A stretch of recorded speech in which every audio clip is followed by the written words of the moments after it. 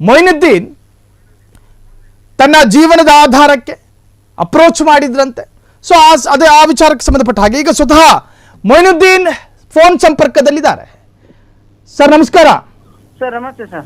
Sir, gold Suresh ಆಗಾಗ TV screen ನಲ್ಲಿ ಕಾಣಿಸಿಕೊಳ್ಳುವಂತಹ ವ್ಯಕ್ತಿ, ಹಾಗಾಗಿ ಅವರ ವಿರುದ್ಧ ಆರೋಪ ಮಾಡಿದ್ರೆ ನಿಮಗೂ ಪ್ರಚಾರ ಬರುತ್ತೆ ಅನ್ನೋ ಕಾರಣಕ್ಕೋಸ್ಕರ ಏನಾದ್ರೂ ಕೇಸ್ ದಾಖಲು ಮಾಡಿದ್ರೆ ಹೆಂಗೆ?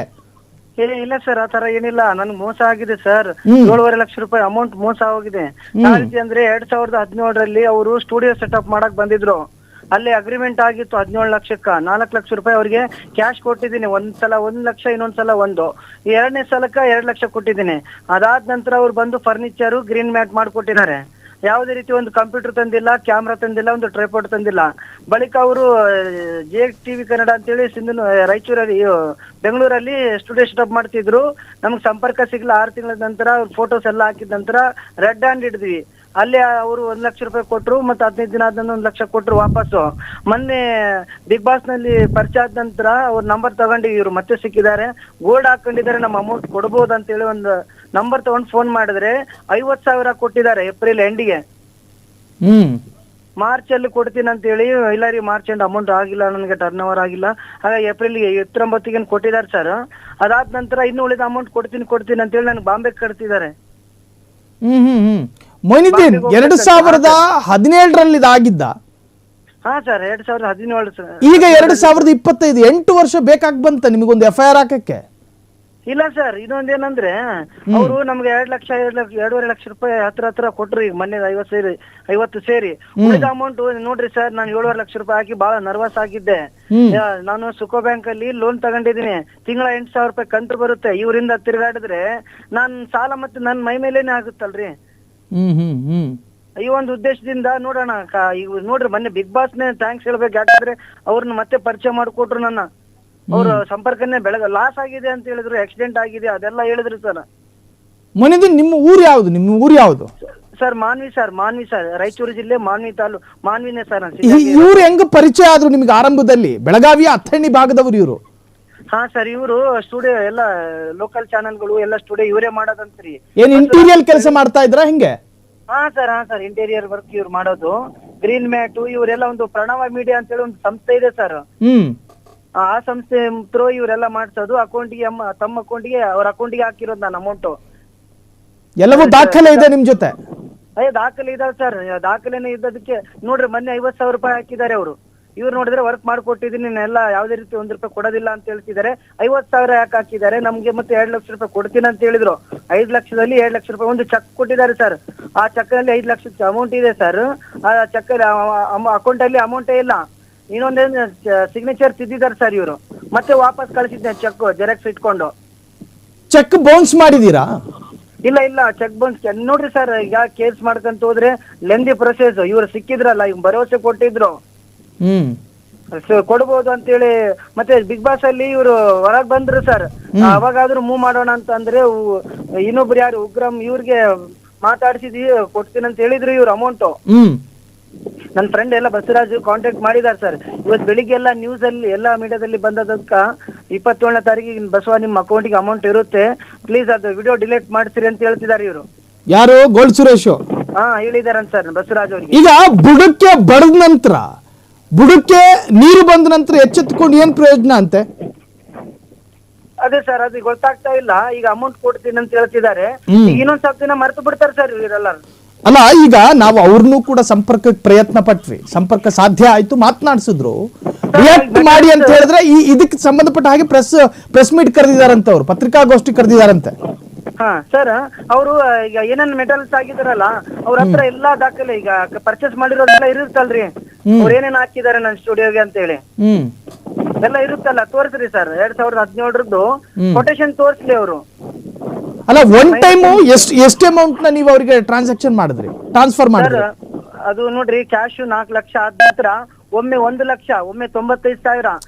ಅಲ್ಲ, ಬೈ ಅಕೌಂಟಿಗೆ ನೀವು ಎಷ್ಟು ಹಣವನ್ನ ಟ್ರಾನ್ಸ್ಫರ್ ಮಾಡಿದ್ದೀರಿ ಸರ್? ಒಮ್ಮೆ 1 ಲಕ್ಷ, ಒಂದು 95, ಇನ್ನೊಂದು 25 ಸರ್, ಒಮ್ಮೆ 40. ಅಂದ್ರೆ ಅಕೌಂಟ್ ಮುಖಾಂತರವಾಗಿ 2 ಲಕ್ಷ, ಹತ್ತತ್ರ 2 ಲಕ್ಷ ಹಾಕಿದಿರಿ? ಇಲ್ಲ ಸರ್, 3 ಲಕ್ಷ ಮೇಲೆ ಆಗುತ್ತೆ ರೀ. 1 ಲಕ್ಷ ಒಮ್ಮೆ, 95 ಒಂದು, ಅದಾದ ನಂತರ 25, 40 ಹತ್ರ 3 ಲಕ್ಷ ಮೇಲೆ ಆಗುತ್ತೆ ಸರ್. ಕ್ಯಾಶ್ ಎಷ್ಟು ಕೊಟ್ರಿ ಅವ್ರ ಕೈಗೆ? ಕ್ಯಾಶ್ 4 ಲಕ್ಷ. ಅಗ್ರಿಮೆಂಟ್ ಅಲ್ಲಿ ಅವ್ರು ಕೂಡ ಸಿಗ್ನೇಚರ್ ಮಾಡಿದ್ದಾರೆ. ಹಣವತ್ತು ಒಂದು ಸೀಲ್ ಕೂಡ ಇದೆ ನೋಡಿ ಸರ್. ಓಕೆ, ಈಗ ಕ್ಯಾಶ್ ಕೊಟ್ಟಿದ್ದಕ್ಕೂ ಕೂಡ ನಿಮ್ ಜೊತೆ ದಾಖಲೆ ಇದೆ? ಹಾ ಸರ್. ಈಗ ಕಡೆದಾಗಿ ನಿಮ್ ಜೊತೆ ಯಾವಾಗ ಮಾತನಾಡಿದ್ರು ಗೋಲ್ಡ್ ಸುರೇಶ್? ಈಗ ಒಂದು ವಾರದ ಹಿಂದ್ಗಡೆ ಸರ್ ಬರೀ ಚಾಟಿಂಗ್ ಮಾಡ್ತಿದ್ದಾರೆ. ವಾಟ್ಸ್ಆಪ್ ಮಾಡಿದ್ರೆ ಕ್ಲಿಯರ್ ಮಾಡ್ತಿದ್ದಾರೆ, ನಾರ್ಮಲ್ ಮೆಸೇಜ್ ಮಾಡಿದ್ರೆ ಹೂ ಇಸ್ ದಿಸ್ ಅಂತ ಹಾಕ್ತಾರ. ವಾಟ್ಸ್ಆಪ್ ನಲ್ಲಿ ಕರೆಕ್ಟ್ ಚಾಟ್ ಮಾಡ್ತಿದ್ದಾರೆ. ಅಲ್ಲ, ಈಗ ಹೇಳಿದ್ರಲ್ಲ ನೀವು ವಿಡಿಯೋ ಡಿಲೀಟ್ ಮಾಡಿಸಿ ದಯವಿಟ್ಟು ಕೊಡ್ತೀನಿ ಅಂತ, ಅದು ಯಾವಾಗ ಹೇಳಿದ್ ನಿಮ್ಮ ಹತ್ರ? ಇವತ್ತು ಬೆಳಿಗ್ಗೆ ನನ್ನ ಫ್ರೆಂಡ್ ಬಸವರಾಜ್ ಅವ್ರ ಜೊತೆ ಮಾತಾಡಿದಾರಂತ. ಗೋಲ್ಡ್ ಸುರೇಶ್, ಸ್ವತಃ ಗೋಲ್ಡ್ ಸುರೇಶ್ ಮಾತನಾಡಿದಾರೆ ಬಸವರಾಜ್ ಜೊತೆ? ಮಾತಾಡಿದಾರೆ ಸರ್. ವಿಡಿಯೋ ಡಿಲೀಟ್ ಮಾಡಿಸಿ ನಾನು ಹಣ ಕೊಡ್ತೀನಿ ಅಂತ ಹೇಳಿದ್ದಾರೆ. ಹಾ ಸರ್. ಇನ್ನೊಂದು ನಮ್ ಬಸವರಾಜ್ ಅಂತ ಹೇಳಿ ಅವ್ರ ನಮ್ ಫ್ರೆಂಡ್, ಅವ್ರ ನಂಬರ್ ಕಳಿಸ್ತೀನಿ ಸರ್. ಅವ್ರಾಗೂ ಲೈನ್ ತಗೊಳ್ರಿ ಸರ್. ಇಲ್ಲಿ ಮೊಯ್ನುದ್ದೀನ್, ಈಗ ನಿಮಗೊಂದು ಆತ್ಮವಿಶ್ವಾಸ ಇದೆಯಾ? ನೀವು ವಂಚನೆಗಳ ಒಳಗಾಗಿದ್ದೀರಿ. ಸೊ ಈಗಾಗಲೇ ಕಾನೂನಿನ ಕಟಕಟೆಯಲ್ಲೂ ಕೂಡ ಇವ್ರನ್ನ ನಿಲ್ಲಿಸುವಂತ ಪ್ರಯತ್ನ ನಿಮ್ಮಿಂದ ಆಗಿದೆ, ದೂರು ಕೂಡ ದಾಖಲು ಮಾಡಿದ್ದೀರಿ. ನಿಮ್ಮ ಜೀವನಕ್ಕೆ ಏನ್ ಮಾಡ್ಕೊಂಡಿದ್ದೀರಾ? ನಿಮ್ದೇನ್ ಕಸಬು ನಿಮ್ದು? ಸರ್ ನಂದು ನೋಡ್ರಿ ಸರ್, ಜರ್ನಲಿಸಂ ಓದಿದ್ದೀನಿ. ಇದರಲ್ಲೇ ಕಸಬು. ನಾನು ಈಗ ಒಂದು ಲೋಕಲ್ ರಾಯಚೂರು ಡಿಸ್ಟಿಕ್ ಅಲ್ಲಿ ಲೋಕಲ್ ಪೇಪರ್ ಗೆ ರಿಪೋರ್ಟರ್ ಆಗಿ ಮಾಡ್ತಿದ್ದೀನಿ, ಜೊತೆ ಯೂಟ್ಯೂಬ್ ಚಾನೆಲ್ ನಡೆಸ್ತಿದ್ದೀನಿ ಸರ್. ಈಗ ನೋಡ್ರಿ ಹಳ್ಳಿಗೆ ಬಂದಿದ್ದೀನಿ, ಹೆಲ್ತ್ ಕ್ಯಾಂಪ್ ಇತ್ತು, ಕವರೇಜ್ ಮಾಡ್ಕೊಳಕ್ ಬಂದಿದ್ದೀನಿ. ಸಾಲ ಸೂಲ ಮಾಡ್ಕೊಂಡು ಒಂದು ಚಾನೆಲ್ ಕಟ್ಟೋಣ ಅಂತ ಹೇಳಿ ನಿಮ್ಮ ಅಭಿಪ್ರಾಯ ಇತ್ತು? ಹಾ ಸರ್. ಆದ್ರೆ ಈ ತರಹದ ಒಂದು ವಂಚನೆಯ ಟ್ರಾಪಿಗೆ ಸಿಕ್ಕ ಹಾಕೊಂಡಿದ್ದೀರಿ? ಹಾ ಸರ್. ಇದು ನೋಡ್ರಿ 7 ವರ್ಷ ಆಯ್ತು. ನಾನು ಈಗ ಸ್ವಲ್ಪ ಉಸಿರಾಡ್ತಿದ್ದೀನಿ ಸರ್. ಎಲ್ಲ ಸಾಲ ಮಾಡಿ ಬಡ್ಡಿನೇ ಕಟ್ಟಕತ್ತಿದ್ರಿ ನಾನು. ಅವ್ರಿಗೆ ಸರ್ ಗೋಲ್ಡ್ ಹಾಕಿದ್ರೆ ಅದು 1 ಸರ ಕೊಟ್ರೆ ಸಾಕಾದ ನಮ್ ಸಾಲ ಮುಡುತ್ತೆ. ನಾನೇನ್ ಅವ್ರಿಗೆ ಬಡ್ಡಿ ಸಹಿತ ಅಲ್ಲ, ನಾನು ಕೊಟ್ಟಿರೋ ಅಮೌಂಟ್ ಕೊಟ್ರೆ ಸಾಕು. ಈಗ ನೀವು ದೂರ ಏನು ದಾಖಲು ಮಾಡಿದಿರೋ ನಿಮ್ ವ್ಯಾಪ್ತಿ ಪೊಲೀಸ್ ಠಾಣೆಯಲ್ಲಿ, ಅವರ ಪ್ರಾಥಮಿಕ ತನಿಖೆಯನ್ನ ಪ್ರಾರಂಭ ಮಾಡಿದ್ದಾರೆ? ಹಿಂಗೆ ಪೊಲೀಸರನ್ನ ನೀವು ಕೇಳಿದ್ರ? ಇಲ್ಲ ಸರ್. ಈಗ ನೋಡ್ರಿ ಸರ್, ಈಗ ಸುರೇಶ್ ಅವ್ರನ್ನ ಯಾರು ಸಂಪರ್ಕ ಮಾಡ್ತಾರ, ಮುಂಬೈಯಲ್ಲಿ ಇದೀನಿ ಅಂತ ಹೇಳ್ತಾರ. ಇಲ್ಲಿ ಮಾನ್ಯವರು ಪೊಲೀಸ್ ಸ್ಟೇಷನ್ ಅವರು ಕಾಂಟ್ಯಾಕ್ಟ್ ಮಾಡಿದ್ರು ಸರ್, ಬಂಬೈಲಿ ಇದಾರೆ, 1 ವಾರ ಆಗುತ್ತಾ. ಹಾಗಾಗಿ ಈಗ ನೋಡ್ರಿ ಇವತ್ತು ಬೆಳಿಗ್ಗೆ ಮೀಡಿಯಾಗ್ ಬಂದ್ ಕೂಡ್ಲ ಮಾಡ್ಲಾರತ್ತ ಇವತ್ತು ಸುರೇಶ್ ಮಾಡಿದ ನಮ್ ಫ್ರೆಂಡ್ಗೆ. ಇದನ್ನ ನಾವ್ ಮಾಡಿದ್ರೆ ಪಿಕ್ ಮಾಡ್ತಿದ್ದಿಲ್ಲ. I will call back, I call later ಅಂತ ಹೇಳಿ ಆಗ್ತಿದ್ದ. ಇವತ್ ನೋಡ್ರಿ, ಇವತ್ತು ಮೀಡಿಯಾದಲ್ಲಿ ಸುದ್ದಿ ಬಂದ ಕೂಡ್ಲೆ ಅದಕ್ಕೆ ರೆಸ್ಪಾನ್ಸ್ ಮಾಡ್ತಿದ್ದಾನೆ, ತಾನೇ ಮಾಡ್ತಿದ್ದಾನೆ. ನಮ್ ಬಸವರಾಜ್ ಅವರು ಜೊತೆಗೆ ಮಾತಾಡ್ತಿದ್ದಾರೆ. ನನ್ಗೇನಂತಾರ, ನೀವು ನಮ್ ಸಂಬಂಧ ಇಲ್ಲ, ಬಸವರಾಜ್ ಸಂಬಂಧ ನನ್ಗಂತ ಹೇಳ್ತಾರ. ಅಮೌಂಟ್ ಹೋಗಿರೋದು ನನ್ನ ಅಕೌಂಟ್ ಇಂದ ಅವ್ರಿಗೆ. ಈಗ ಹಾ ಸರ್. ಅವರು ಒಪ್ಕೊಂಡಿರೋಂತೆ ಏನೇನ್ ಕೆಲಸ ಮಾಡ್ಕೊಟ್ಟಿದ್ದಾರೆ? ಏನು ಈಗ 100ರಲ್ಲಿ 1% ಕೆಲಸ ಮಾಡ್ಕೊಡ್ಲಿಲ್ವಾ ಸರ್? ಒಂದು 5%, 100ಗೆ 5% ಮಾಡಿದ್ದಾರೆ. ಅವರು ಸಿಸ್ಟಮ್ ಇಡ್ಲಿಕ್ಕೆ ಫರ್ನಿಚರ್ ಮಾಡಿದ್ದಾರೆ. ಗ್ರೀನ್ ಮ್ಯಾಟ್, PCR ಗೆ ಒಂದು 3x2 ಇದು ಮಾಡಿದ್ದಾರೆ ಸರ್, ಗ್ಲಾಸ್ ಫಿಟ್ಟಿಂಗ್. ಅದು ಬಿಟ್ಟು ಒಂದು ಆಡಿಯೋ ಮಿಕ್ಸರ್ ತಂದಿದ್ದಾರೆ ಸರ್.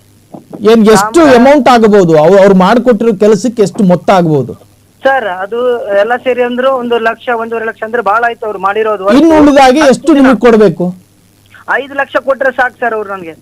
5 ಲಕ್ಷ ಅಲ್ಲ, ಈಗ ಒಂದಷ್ಟು ಹಣ ಕೊಟ್ಟಿದ್ದಾರೆ ಅಂತ ಹೇಳಿದ್ರಲ್ಲ ನೀವು, 50,000 ಅನ್ಸತಿ ಕಳಿಸಿದ್ರು. 2 ಲಕ್ಷ ಸರ್. 1 ಲಕ್ಷ ಒಮ್ಮೆ, 1 ಲಕ್ಷ 2 ಲಕ್ಷ ಕೊಟ್ಟಿದ್ದಾರೆ. ಮೊನ್ನೆ 50,000 ಕೊಟ್ಟಿದ್ದಾರೆ. 2.5 ಲಕ್ಷ ಕೊಟ್ಟಂಗ. ಅದೆಲ್ಲ ಬಿಟ್ಟು 5 ಲಕ್ಷ ಕೊಡ್ಬೇಕು. 5 ಲಕ್ಷ ಕೊಡ್ಬೇಕು. ಅವ್ರು ಫರ್ನಿಚರ್ದು ಆಡ್ ಮಾಡ್ತೀನಿ ಅಂತ ಅಂದ್ರುನು ಅದು 1 ಲಕ್ಷ ಆಗುತ್ತೆ ರೀ ಹತ್ರ. ಈಗ ಉಳಿದ ಮಿಕ್ಕಿರೋ ಅಮೌಂಟ್ ಅನ್ನು ಕೊಡ್ಲಿ. ಈಗ ಅವ್ರು ಕುತ್ತಿಗೆಲಿರೋ ಚಿನ್ನನ ತೂಕ ಮಾಡಿದ್ರೆ ಎಷ್ಟು ಲಕ್ಷ ಬರ್ಬೋದು ನಿಮ್ ಪ್ರಕಾರ? ಹೇಳೋದ್ ಸರ್, ಕೋಟಿ ಬರ್ತದ್ರಿ. ಕೋಟ್ಯಾಂತರ ರೂಪಾಯಿ ಇರುತ್ತೆ ಅದು. ಇದು ಅಲ್ಲ, ಈ ತಲೆಗಿಂತ ಚಿನ್ನ ಭಾರ ಅಂದಂಗೆ ಈ ಮನುಷ್ಯನಿಗೆ ಸಾಲ ಇಟ್ಕೊಂಡಿದ್ದಾನೆ. ಕೊಡೋ ಸಾಲನ ಪಕ್ಕಕ್ಕೆ ಇಟ್ಕೊಂಡು ಕುತ್ತಿಗೆಯಲ್ಲಿ ಚೈನ್ ಹಾಕೊಂಡು ಓಡಾಡ್ತಿದ್ರಲ್ಲ, ಏನಂತೀರ ಕೊನೆಗೀಗ? ಏನಿಲ್ಲ, ನಮ್ಮಂತವ್ರಿಗೆ ಯಾಕೆ ನಮ್ ರೋದನವ್ರಿಗೆ ಶಾಪ ತಡ್ತದ್ರಿ ಸರ. ಇವತ್ತು ನಾವು ಕೆಳ ಅಂತನವ್ರು ಏನೋ ಒಂದು ಗುರಿ ಮುಟ್ಟಬೇಕಂತ ಹೇಳಿ ನಾವು ಪ್ರಯತ್ನ ಮಾಡ್ತಿರ್ತೀವಿ. ಇಂಥವ್ರು ಬಂದು ನಮ್ಗೆ ಮೋಸ ಮಾಡಿದ್ರೆ, ದಾರಿ ತಪ್ಪಿದ್ರೆ ಯಾವ ರೀತಿ ಒಂದು ನಂಬಿಕೆ ವಿಶ್ವಾಸ ಇಟ್ಕೋಬೇಕು ಸರ್ ಏನಾದ್ರು ಮಾಡ್ಲಿಕ್ಕೆ? ಇನ್ನೇನು ಜೀವನಕ್ಕೊಂದು ಪಾಠ ಆಗಲಿ ಮೊಯ್ನುದ್ದೀನ್. ನೀವು ಕಾನೂನಾತ್ಮಕವಾಗಿ ಈಗ ಕೇಸು ಕೂಡ ದಾಖಲಿಸಿದ್ದೀರಿ. ಕಾನೂನಿನ ಚೌಕಟ್ಟಿನಲ್ಲಿ ನಿಮ್ಮ ಹೋರಾಟ ಮುಂದುವರಿಲಿ.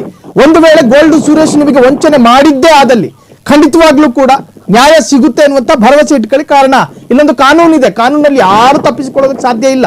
ಥ್ಯಾಂಕ್ ಯು ಮೊಯ್ನುದ್ದೀನ್, ಇಷ್ಟೊತ್ತು ಫ್ರೀಡಮ್ ಟಿವಿ ಜೊತೆ ಮಾತನಾಡಿದ್ದಕ್ಕೆ. ಕ್ಷಣ ಕ್ಷಣದ ಸುದ್ದಿಗಳಿಗಾಗಿ ಫ್ರೀಡಮ್ ಟಿವಿ ಸಬ್ಸ್ಕ್ರೈಬ್ ಮಾಡಿ, ಲೈಕ್ ಮಾಡಿ ಹಾಗೂ ಫಾಲೋ ಮಾಡಿ. ಹೊಸ ಸುದ್ದಿಗಳ ನೋಟಿಫಿಕೇಶನ್ಗಾಗಿ ಬೆಲ್ ಐಕಾನ್ ಮೇಲೆ ಕ್ಲಿಕ್ ಮಾಡಿ.